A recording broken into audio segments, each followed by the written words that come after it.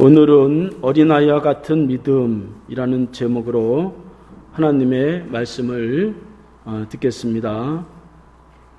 예전에 제 딸이 어렸을 때에 친구들과 이제 소꿉놀이 하는 것을 보면서 많은 것들을 배우게 되었습니다. 여러 친구들을 함께 불러 모아 가지고 이제 장난감 그릇을 놓고서 이제 서로 역할을 막 나누어서 수급장난을 하는데, 너는 아빠 해, 그리고 나는 엄마 할게, 그리고 너는 애기 해, 그리고 너는 고양이 해, 뭐 이렇게 막 역할을 정해가지고 그렇게 이제 소꿉놀이를 그렇게 하는데, 그렇게 역할을 정하고 이제 막 말을 합니다. 여보 식사해요. 그러면 이제 맛있네. 그러면서 감사합니다. 그래서 먹으면서 잘 먹겠습니다. 뭐 그러면서 막 놀이를 합니다.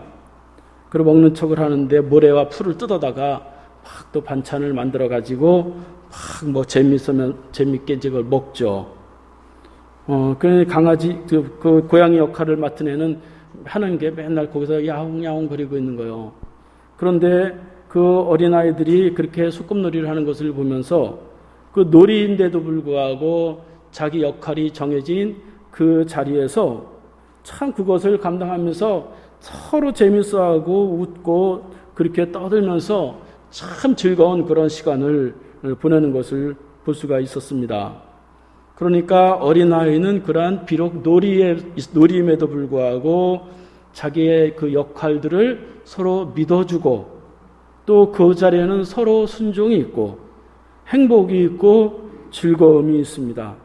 물론 간혹 불평도 하기는 하지만 별로 개의치 않아요. 그 다음 날에 또 모여서 또 그렇게 똑같이 놉니다. 별로 오래 그거를 마음에 담아두지도 않습니다.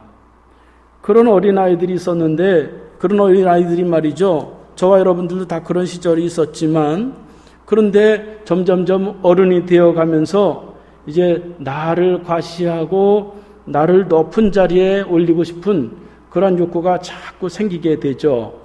키가 누가 크냐, 힘이 누가 세냐, 또 돈이 누가 많냐, 누가 더 똑똑하냐, 이런 것을 가지고 자꾸 과시를 하게 되면서 많은 것들을 사실 우리가 잃어버리면서 살아가게 됩니다.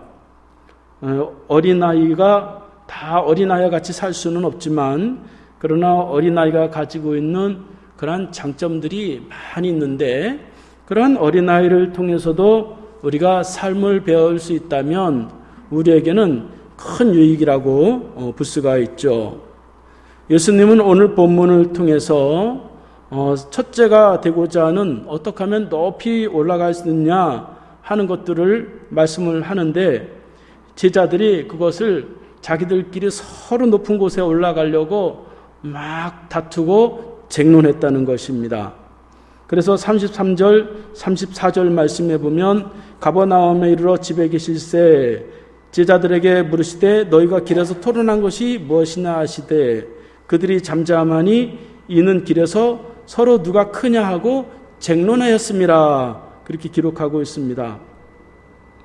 그러니까 사람이 자기를 높이고 드러내려고 하고자 하는 그러한 욕구야 다 있기 때문에 그럴 수 있다고 봅니다. 그런데 말이죠, 오늘 그들이 그렇게 누가 크냐 하고 싸운 그 자리가 어디냐, 그곳은 가버나움이라고 하는 그곳에서 그들이 쟁론을 했다 하는 것입니다. 여러분, 가버나움이라고 하는 것은 사실 어떻게 보면은 가장 그곳에서 기적을 많이 일으키고 또 예수님이 가장 큰 일들을 많이 이룬 그런 곳이라고 볼 수가 있습니다. 그래서 가버나움에서 이루어진 많은 기적들이 있는데, 그 기적들이 일어난 그 가버나움이라고 하는 장소에서 이들은 논쟁을 통해서 누가 크냐, 그것을 서로 갈등을 했다는 것이죠. 마태복음 18장에 보면 천국에서 누가 크냐, 사실 그것을 가지고 갈등했는데, 그것은 다 그들의 제자들이 다 육신적으로 자기들이 더 높은 곳에 올라가려고 하는 그러한 이제 마음으로 그렇게 했다는 것이죠. 근데 그들이 말이죠, 그렇게 쟁론한 것은 그 가버나움 그 장소에서만 한 것이 아니라 갈릴리에서 가버나움까지 오면서 계속해서 그 논쟁을 계속 오랫동안 했다는 것입니다. 그래서 예수님은 너희가 길에서 쟁론한 것에 대해서 2번이나 반복을 하는 것을 볼 수가 있습니다. 여러분, 가버나움에서 이루어진 그런 하나님의 기적이 무슨 쟁론이나 논쟁을 가지고 그것이 이루어진 게 아니죠. 어떻게 그것을 논쟁이나 쟁론을 가지고 그것을 설명할 수가 있겠어요? 가버나움에서 일어난 많은 기적들을 보면 마태복음 20장에 보면 마태복음 8장 14절 말씀에 보면 베드로의 장모의 열병을 고쳐준 곳이 가버나움이었고, 마태복음 8장 5절 말씀에 보면 한 백부장의 신하를 고쳐준 곳이 이제 가버나움이었고, 마가복음 17장 24절 말씀에 보면 물고기 입에서 반세겔의 동전을 이제 구해서 세금을 낸 곳이 가버나움이었습니다. 마가복음 2장 5절에는 중풍병자를 고쳐준 곳, 그것이 바로 가버나움이었습니다. 그러니까 기적을 가장 많이 보았던 그 가버나움이라고 하는 곳에서 누가 크냐 쟁론을 했다 하는 것입니다. 그러니까 여러분, 쟁론이나 토론을 가지고 하나님의 역사를 만들 수 있을 것이라고 그렇게 생각을 제자들이 했다는 것입니다. 자기들이 하나님 앞에 하나님의 나라의 높은 자리에 올라갈 수 있다고 그렇게 생각했다는 것이죠. 그러나 여러분, 쟁론이나 논쟁을 가지고서는 그러한 가버나움의 기적을 만들어낼 수도 없고 볼 수도 없었다 하는 것입니다. 특별히 그 논쟁을 했던 그 때는 언제냐? 그것은 30장 30절 32절 그 앞절에 그 말씀에 보면 예수님이 죽음과 부활에 대해서 2번째 말씀하셨을 때에 그러한 논쟁을 했습니다. 그러니까 예수님은 자신의 죽음과 부활을 지금 얘기하면서 마음이 비통해하고 있는데 그것에 관심이 없고 지자들은 서로 높은 자리에 올라가려고 쟁론을 했다는 것입니다. 그러니까 하나님의 나라는 그렇게 쟁론을 통해서 높은 곳에 오르고 싶다고 해서 올라가는 것이 아니라 예수님의 죽음과 부활을 이해해야 되는데 그것을 잘 알지 못했다고 하는 것입니다. 그들이 그렇게 쟁론할 수밖에 없었던 그런 이유가 무엇이었을까요? 그것은 바로 앞절 32절 말씀에 그 이유가 기록이 되어 있습니다. 32절 말씀에 보면 제자들이 이 말씀을 깨닫지 못하고 묻기도 두려워하더라. 그렇게 기록하고 있습니다. 그러니까 예수님이 죽음과 부활에 대해서 말씀을 하시고 하나님의 나라에 대해서 말씀을 하셨는데도 불구하고 이들은 깨닫지 못했다는 것입니다. 깨닫지 못했다고 하는 것은 정보는 가지고 있지만 경험이 없다, 그런 의미예요. 지식은 가지고 있지만 체험이 없다, 그런 뜻을 가지고 있습니다. 그러니까 지식과 정보에 머물고 있지 그것을 체험하려고 시도하지 않았다 하는 것입니다. 그러다 보니까 불안과 두려움이 다가오게 된 것이죠. 그러니까 경험이 없는 지식, 체험이 없는 그러한 논쟁은 결국 불안과 두려움을 가져오게 됩니다. 기껏 토론하는 것이 무엇이에요? 그러니까 누가 더 높은 자리에 올라갈 것이냐? 겨우 그거 가지고 계속해서 논쟁을 했다 하는 것입니다. 그 논쟁이 한두 번으로 끝난 것이 아니라 그것이 계속해서 성경에 보면 기록이 되어 있어요. 마태복음 20장에 보면 세베대의 아들 야고보와 요한의 어머니가 우리 아들들을 높이 올려주세요 그러고, 또 마가복음 10장 35절 말씀에 보면 야고보와 요한이 직접 예수님께 누가 더 높은 자리에 올라갈 것입니까? 그렇게 물어봤어요. 심지어 누가복음 22장 24절 말씀에 보면 예수님이 잡혀가는 그날 성만찬이 있던 그 밤에도 예수님 앞에서 누가 더 크냐 다툼이 일어났다고 기록하고 있습니다. 그러니까 이렇게 쟁론이라고 하는 것은 다툼과 갈등이 일어날 수밖에 없는 그러한 것이다 하는 것입니다.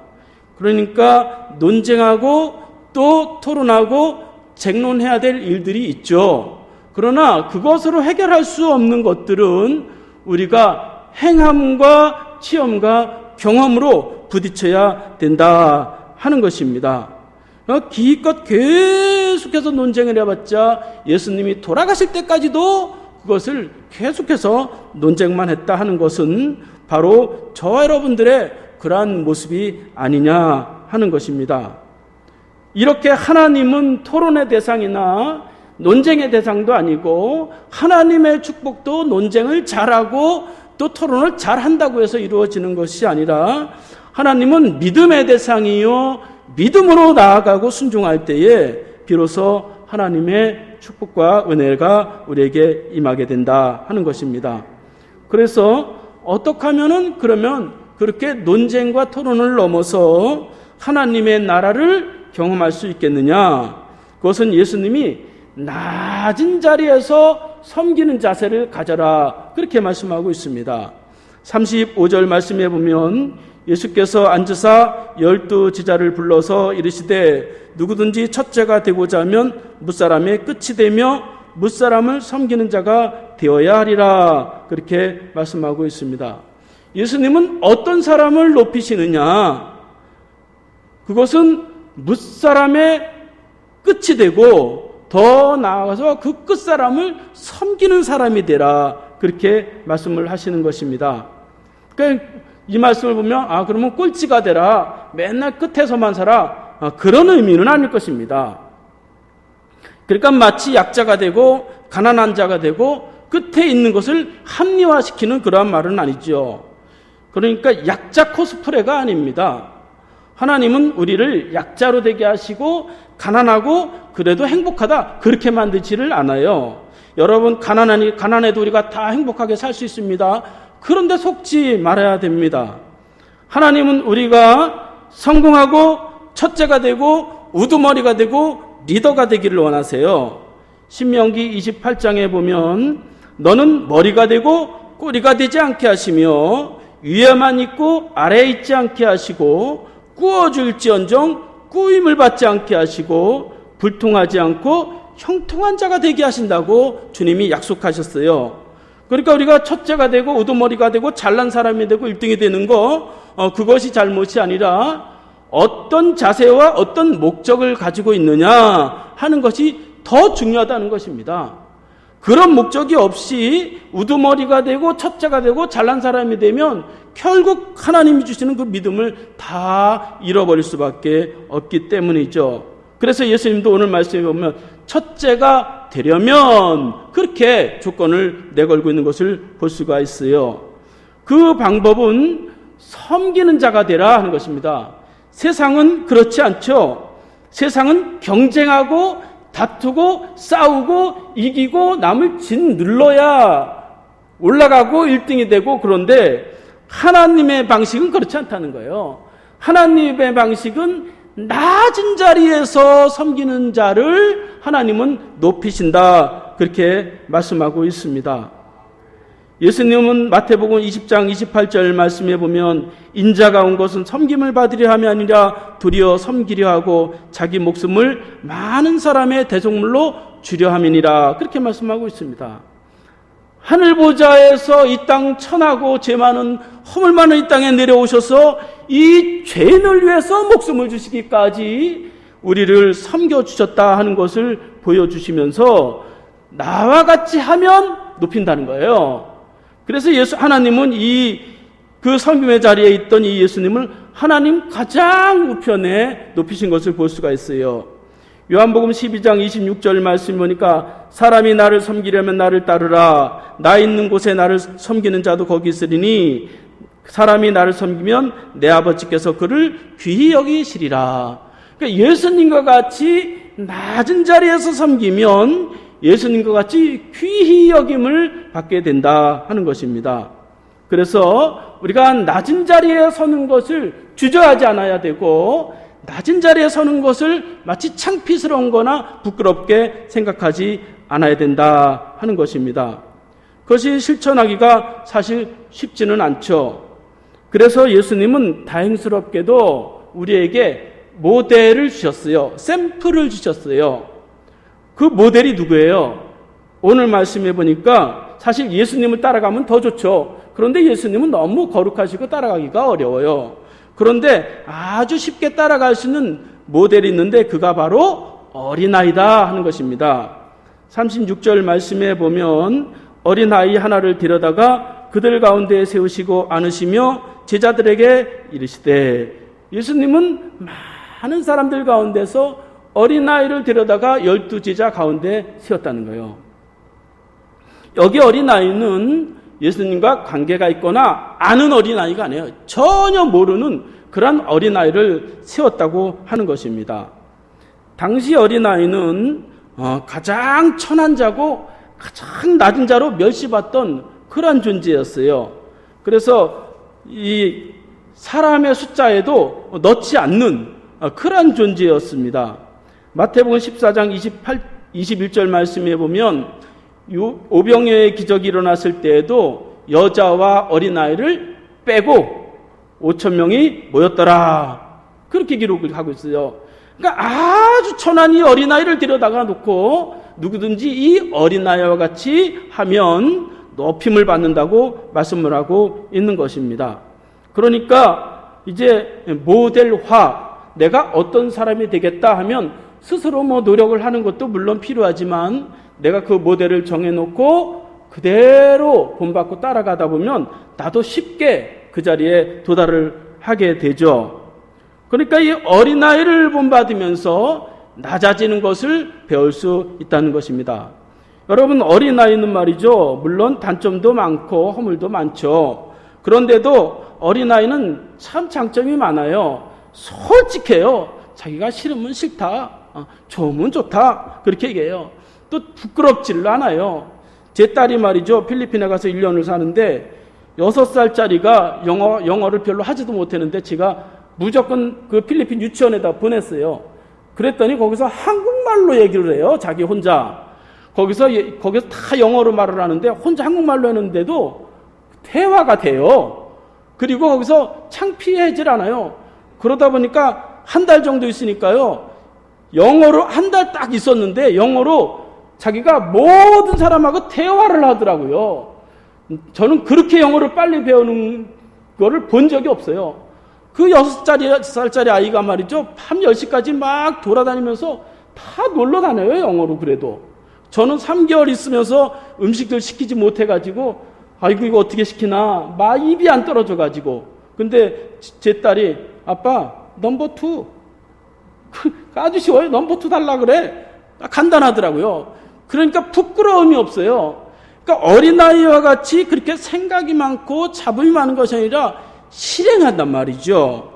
그러니까 이렇게 어린아이와 같이 그렇게 사는 것이 결코 손해가 아니다 하는 것입니다. 보통 우리가 어린아이는 참 무지하고 참 배울 것 없다, 그렇게 생각하기가 쉽잖아요. 그런데 말이죠, 어린아이에게도 우리가 배울 수 있는 그런 자세가 되어 있으면 우리는 참 하나님 앞에 큰 복을 받은 사람이라고 볼 수가 있어요. 조선시대 중종 때에 영의정 홍언필이라고 하는 그런 사람이 있었습니다.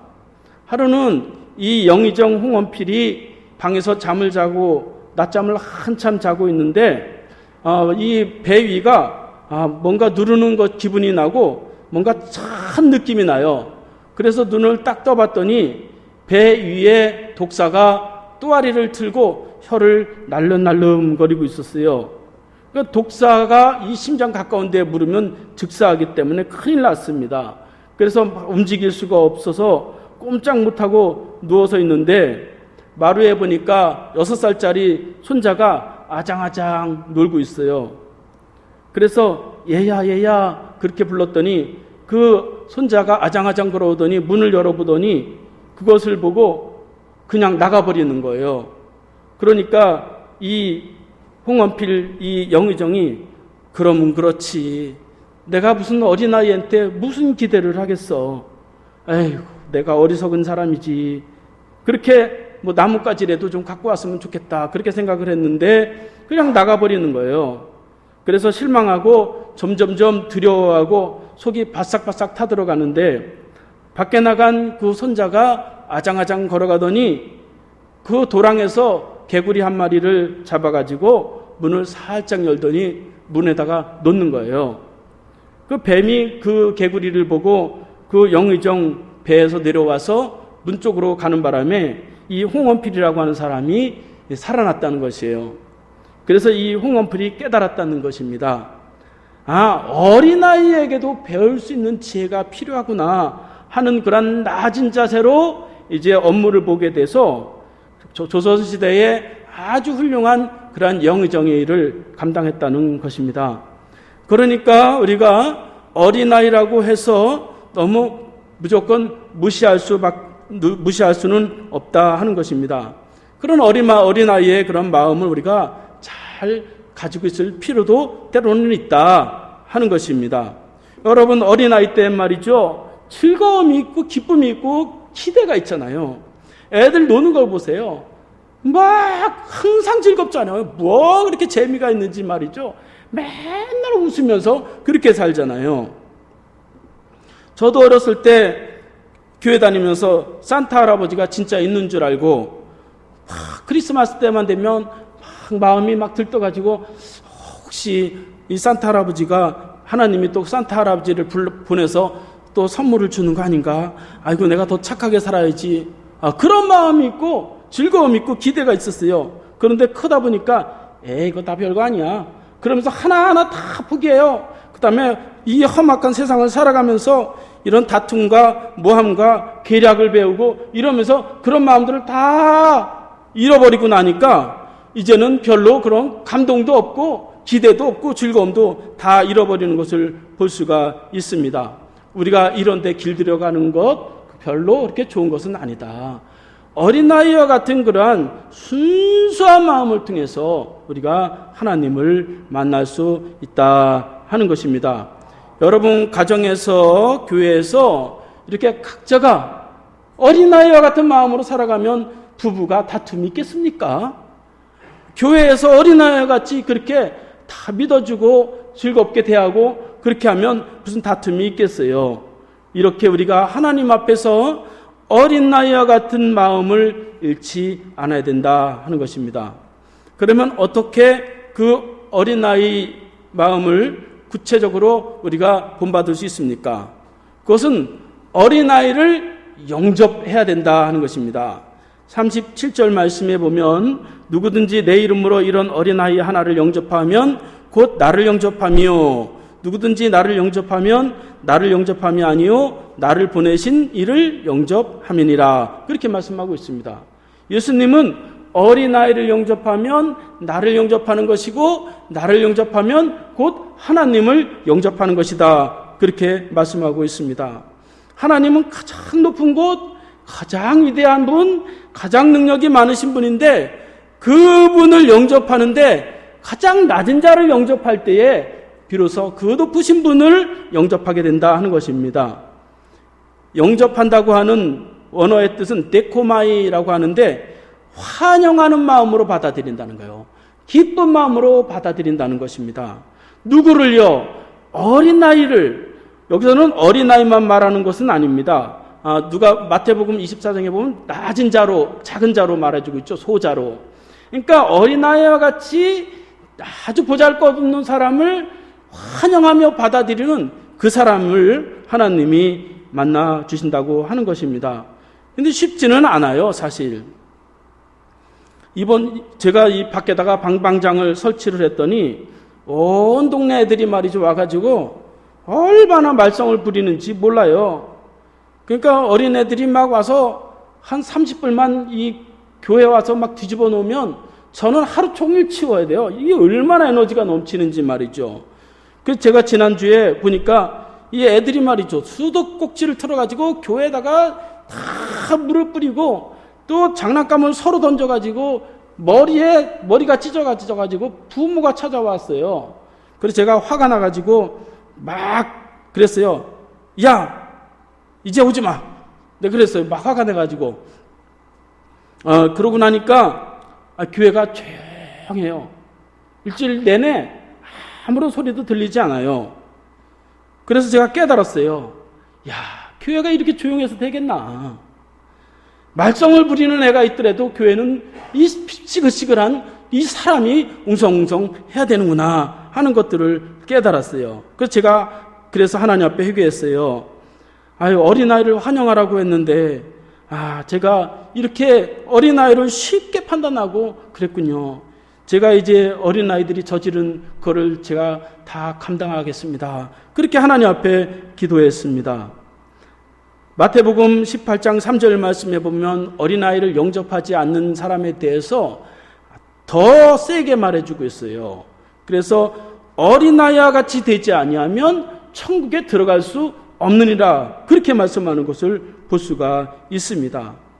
그러니까 이 어린아이를 우리가 영접하는 데 있어서 기쁨으로, 어린아이와 같이 나약한 자들을 기쁨으로 이렇게 환영할 때에 비로소 거기서 보거든요. 거기서 인간의 나약함도 보고 허물도 보고 그러면서 하나님을 찾게 되거든요. 그러니까 그런 나약한 자들을 우리가 받아들여야 된다 하는 것인데, 그럼 어떤 자세로 받아들여야 되느냐? 그럼 내 좋은 사람을 받아들이고 이쁘고 귀여운 사람만 받아들이냐? 그렇지 않다는 거죠. 오늘 말씀해 보니까 내 이름으로 영접하라, 그렇게 말씀하고 있습니다. 그러니까 내 인격이나 내 사랑이나 내 직이나 내 따뜻함으로 어린아이를 맞이하는 것이 아니라 예수 그리스도의 이름으로 그들을 받아들이라고 하는 것입니다. 내 이름으로 말이죠. 받아들이면 갈등이 일어나면 저처럼 화를 내게 돼 있어요. 그러니까 다 내 위주로 받아들이지 아니하고 예수 그리스도의 이름으로 그들을 받아들이는 것이라는 거죠. 그러니까 예수님의 이름으로 받아들이면 예수님의 마음으로, 예수님이 나를 이 죄인과 죄와 허물이 많은 나를 받아들인 그러한 마음을 가지고 이 어린아이를 받아들여야 된다 하는 것입니다. 그러면 못 받아들일 사람이 없는 것이죠. 모르는 아이를 가운데 세워놓고 얘를 받아들이라 그랬는데 그 애도 받아들일 정도니까 우리가 누구를 못 받아들이겠어요? 누구를 용서하지 못하고 가족 중에 무슨 갈등이 그렇게 심하게 있겠습니까? 그래서 우리가 예수 그리스도의 이름으로 나보다 낮은 자를 그렇게 받아들일 때에 비로소 하나님의 큰 은혜와 축복이 있게 됩니다. 하나님은 이 어린아이와 같은 그러한 자를 축복하세요. 높은 곳에 있는 자를 축복하지 않으시고 낮은 자리에 있는 곳을 축복하세요.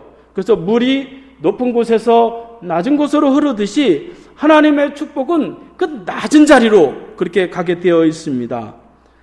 세계 3대 설교가 중에 하나인 마이어 목사라고 하는 사람은 하나님의 선물은 높은 선반 위에 있지 않고 가장 낮은 선반 위에 있다. 그러니 허리를 굽히라. 그렇게 설교를 했어요. 그러니까 낮은 자리에 하나님의 축복이 있고 낮은 자리에 처하는 것을 두려워하지 않고 머뭇거리지 않을 때에 하나님은 우리를 높이시고 하나님은 우리를 축복하십니다. 저와 여러분들이 목사님을 대하는 것처럼 어린아이를 대하고 목사님을 대하는 것처럼 새신자를 대하고 부자를 대하는 것처럼 가난한 자도 대하고 그렇게 할 때에 저와 여러분들이 하나님 앞에 큰 은혜를 누리고 하나님이 우리를 영화롭게 하십니다. 가정에서 교회에서 더 약하고 무능하고 허물이 많은 그런 사람들을 볼 때마다 우리가 그들을 영접할 때에 가정이 천국이 되고 하나님이 세우시는 우두머리가 되고 첫째가 돼서 하나님 앞에 크게 쓰임을 받는 저와 여러분들이 다 될 수 있기를 바라겠습니다. 기도하겠습니다. 하나님 아버지 감사합니다. 어린아이와 같이 철없는 저희들을 받아들여 주시고 주의 백성 삼으심으로 지금까지 이렇게 축복하시고 쓰임받게 하심을 주여 감사드립니다. 어린아이와 같이 연약한 자를 대할 때마다 예수님을 대하듯 하셔서 그 속에서 순종과 겸손을 배우고 하나님의 나라를 경험하고 하나님의 축복을 경험하도록 저희들을 붙잡아 주시옵소서. 예수님의 이름으로 기도하옵나이다. 아멘. 자리에서 일어나셔서 찬송하시겠습니다.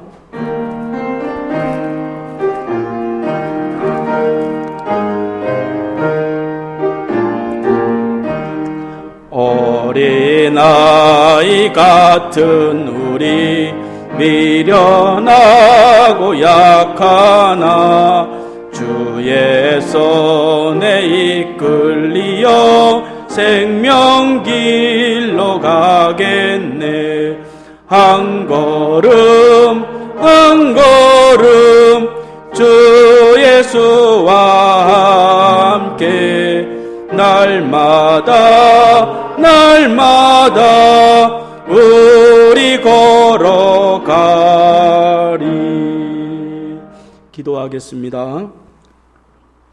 이제는 어린아이를 품에 안으시고 어린아이를 영접하신 예수 그리스도의 은혜와 어린아이와 같이 순결한 백성을 축복하시고 높이시는 하나님 아버지의 사랑하심과 마음을 낮추게 하시고 깨닫게 하셔서 감동 주시고 축복하여 주시는 성령님의 은혜가 오늘도 어린아이와 같은 마음으로 하나님 앞에 높임을 받기를 원하는 심령들 머리 위에 지금부터 영원까지 함께 하시기를 간절히 축원하옵나이다.